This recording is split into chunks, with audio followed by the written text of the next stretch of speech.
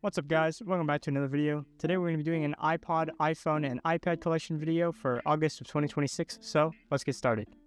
First off, let's go through my iPods. Up first, we have this destroyed iPod shelf of first generation in the 1GB storage option. This one had a swelled battery and it just fell apart trying to fix it, so it's pretty much junk at this point.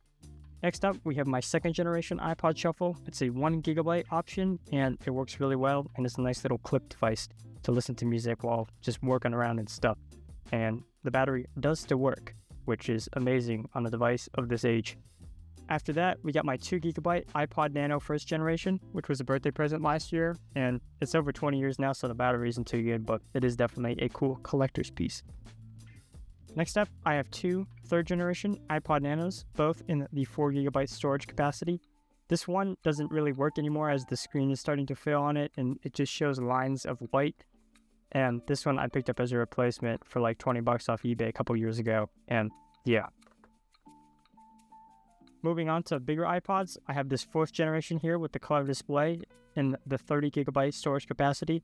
It is a great device and is still really good on its original battery. Moving along, I have two 5th generation iPods here, both in the 30GB storage capacity. These are the same from last year, except I fixed the other one, so now I have two working ones now. And you can see that battery is really great as it goes down literally in front of your eyes. So, cool. Moving along, let's go through my iPod Touches. For my first iPod Touch here, I have a 1st generation in the 16GB storage capacity. Unfortunately, this one has a dead spot of pixels and a completely dead battery, so it's not currently usable, and judging by how it's swollen here, it is not going to be a fun process to get this to be fixed. So I may just sell this as is and get an actual working one. But yeah, you can see here, it just dies trying to boot up all the way, so it is a nice paperweight. And on to my 2nd generation iPod Touches, I have 5 of them. This one is an 8GB and has no backlight and a really dead battery, so it only turns on when plugged into the charger and isn't really usable because you can't connect it to a computer to reset. After that, I have another 8GB running iOS 4.2.1, works fine but just a bad battery. After that, I have another 8GB, it's one of the later ones because the storage size is smaller, running iOS 4.2.1 as well. After that, I have a 16GB one, downgraded to iOS 2.2.1, and it works great, even though power button's a little stiff. Finally, I have a 32GB one, running iOS 4.2.1, and I plan to do more with this as it's one of the highest storage capacities you could have gotten when these were new. Moving along to my 4th generation iPod Touch, I got your run-of-the-mill condition of an iPod used by an 8-year-old. The screen is completely destroyed, it's got dead pixels, the digitizer doesn't even really work on the bottom. But I have been able to downgrade it to iOS 4.3.5 as we have new tools to do that, and it's cool, I guess. And there's the great condition of the battery, so yay. And finally, for iPod Touches, I have my 32GB boxed 5th generation here. Still even has the earbuds that haven't even been used yet. This works pretty well. I mean, it's got a poor battery because it's super thin. And it runs iOS 9.3.5, so nothing really to write home about this, except that the little loop still does work. So, cool, I guess. Now, let's move along to my 5 iPads. Starting off, I have my 1st generation iPad here in the 32GB option. It is a Wi-Fi model and is running the latest version of iOS 5. And I fixed the power button as last time, so now it is fully working and is a great collector's item. Moving along to 2nd generation iPads, I have a 16GB and 64GB running iOS 8.4.1 and 6.1.3 respectively. They work fine and they're iPads, so cool. And finally, I have this run-of-the-mill 16GB Wi-Fi iPad 4 here running iOS 10.3.3. There isn't really much to say here as it's just an iPad 4, but it does have this beautiful work of art on the back, so nice. And finally, we have my really poor condition 5th generation iPad, 32GB cellular, running iOS 15.4.1. It works fine, but this screen is just hard to use because it's cracked, but it is a good iPad and is the newest one I own, so it does make a good device to use when I feel like dealing with these cracks. And finally, let's go through my mess of iPhones that I have way too many of and help. Starting off, we got the good old iTunes phone here. I still have not bought a cable for it, so it is still basically useless, but it is definitely a cool collector's item to have, and hopefully soon I will actually get a cable so that I can put some music on this and use it like an iPod. Moving along to actual iPhones, I have 4 first generations here, all in the 8GB storage capacity, with one having its box, which I unboxed in this video up here, if you want to see me go more into that. But with a general overview here, you can see it is in pretty poor condition. The Wi-Fi antenna is missing and the screen is cracked, but it does work, so that's a cool device to have. You can see here some of the accessories, even still shrink wrapped, and the documentation and plastic insert. After that, we have this other iPhone 2G in much better condition, although it does have a crack in the screen and some dead pixels, but otherwise it works fine. After that, we have another pretty bad condition iPhone 2G here. It has a lot more cracks in the screen, but it does work and is in pretty good condition on the sides. They usually get uneven and stretched out, but it's still pretty flush to the side, so it's a cool device. And finally, we have my nicest condition iPhone 2G here. Has a perfect screen and works fine, running iOS 3.1.3, and is my main iOS 3 device, as you can see by all these apps.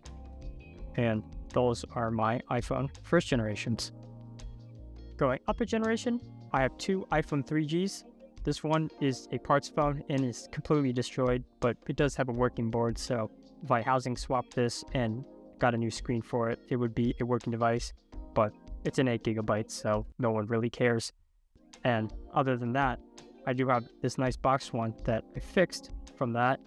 As you can see here, it runs the latest version of iOS 4 that this can run, being 4.2.1, and is in pretty nice condition, and is in the 8GB storage option, as you can see there, and is a great collector's piece, as I have the documentation and the box for it.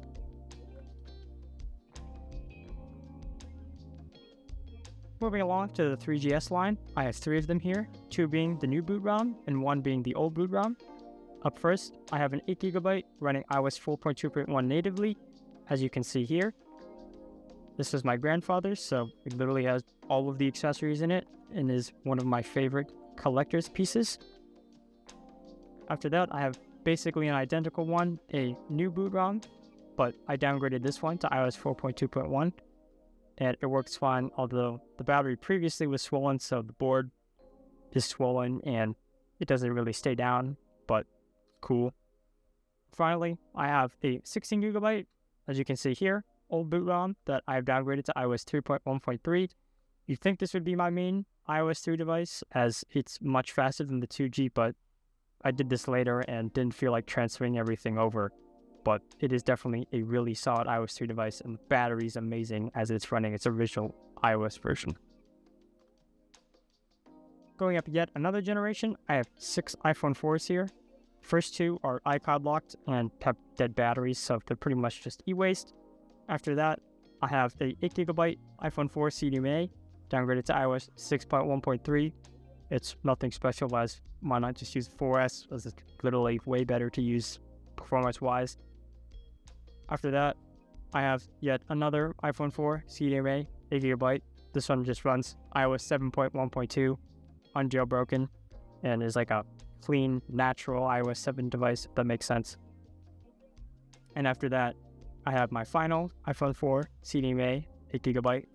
This one has been jailbroken on iOS 7, and it's my iOS 7 jailbreak device, as you can see by this cool home screen gravity tweak. Finally, we have my favorite iPhone 4 here, which is a 16GB running iOS 4.3.3 natively. Is my favorite out of my entire collection, as it is just like the perfect device in my opinion, perfect for my hand, and is running its original software version. So it is a very cool device, and I plan to do a lot more with this in the future as I put more apps and stuff on this device.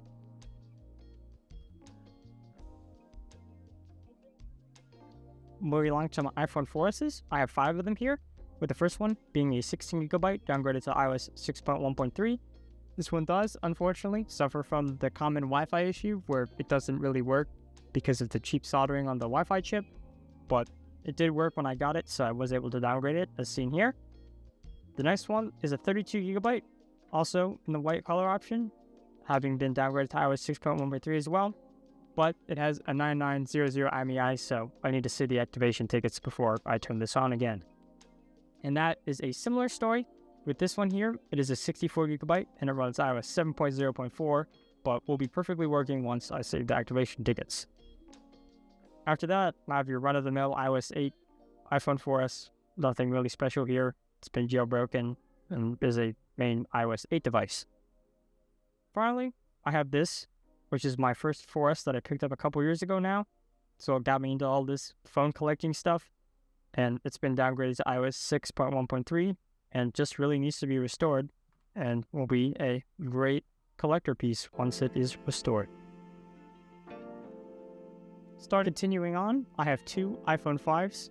The first one is a boxed 16GB one that I've downgraded to iOS 6.1.3, but it is in terrible condition, so it really sucks to use. It was like $20 on eBay, so I was like, why not? But it does have the box, so once it gets all fixed up, it'll be a great device.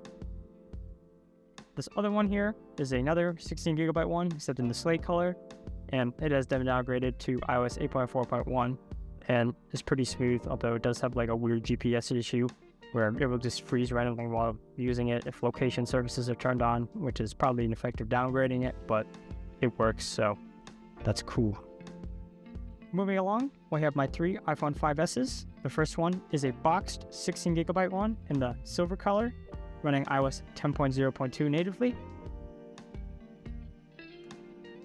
The next one is another 16GB one, except in space gray, and it runs iOS 9.2.1. As you can see here, iOS 9. The final one is your run-of-the-mill 5S, nowadays just running iOS 12, and there's nothing really cool about it. It's just a 5S.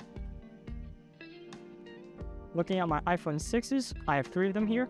The first one is a parts phone as it's iCloud locked, and I stole the screen from it and put it on this phone. Then this phone is your just typical 16GB one, running iOS 12. Nothing really special about it. And that's sort of the same for this one, running iOS 12 as well. And the home button doesn't work for some reason, so it's just sort of falling apart, and you can see the screen there too is starting to die, so yay. Next up, I have my 3 iPhone 6Ss. The first one being a pink 64GB one, running iOS 15.5. It's your typical 6S, so the battery health is abysmal. Similar story with this 6S, except it runs iOS 15.0.1.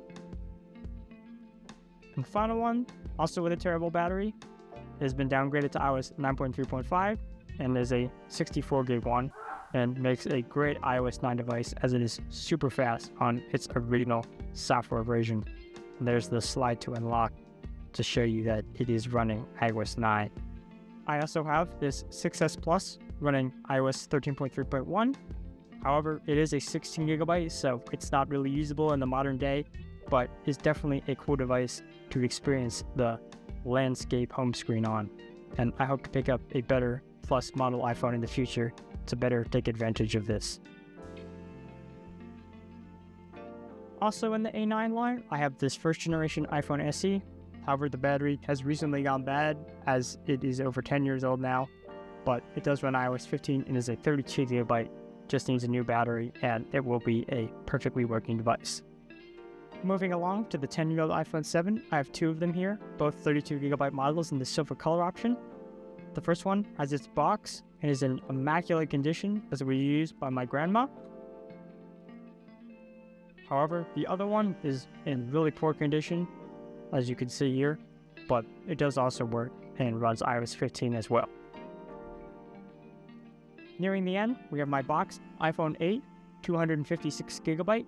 This device has been through 3 owners, so it is in really poor condition, and the battery is starting to expand, as you can see.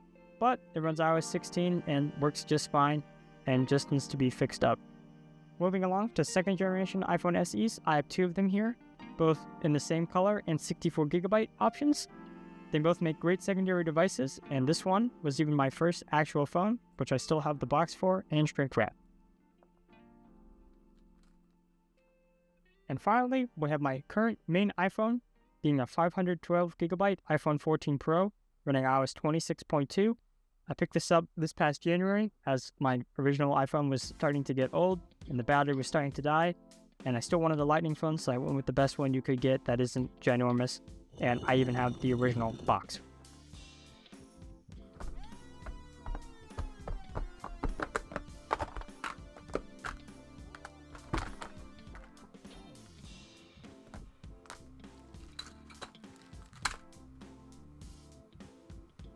Well guys, that just about does it for this video. I hope you enjoyed this tour of my massive phone and iPad collection. If you want to see a Mac collection video, I'll probably put that out soon, hopefully. But until next time, stay subscribed, and I'll see you guys soon.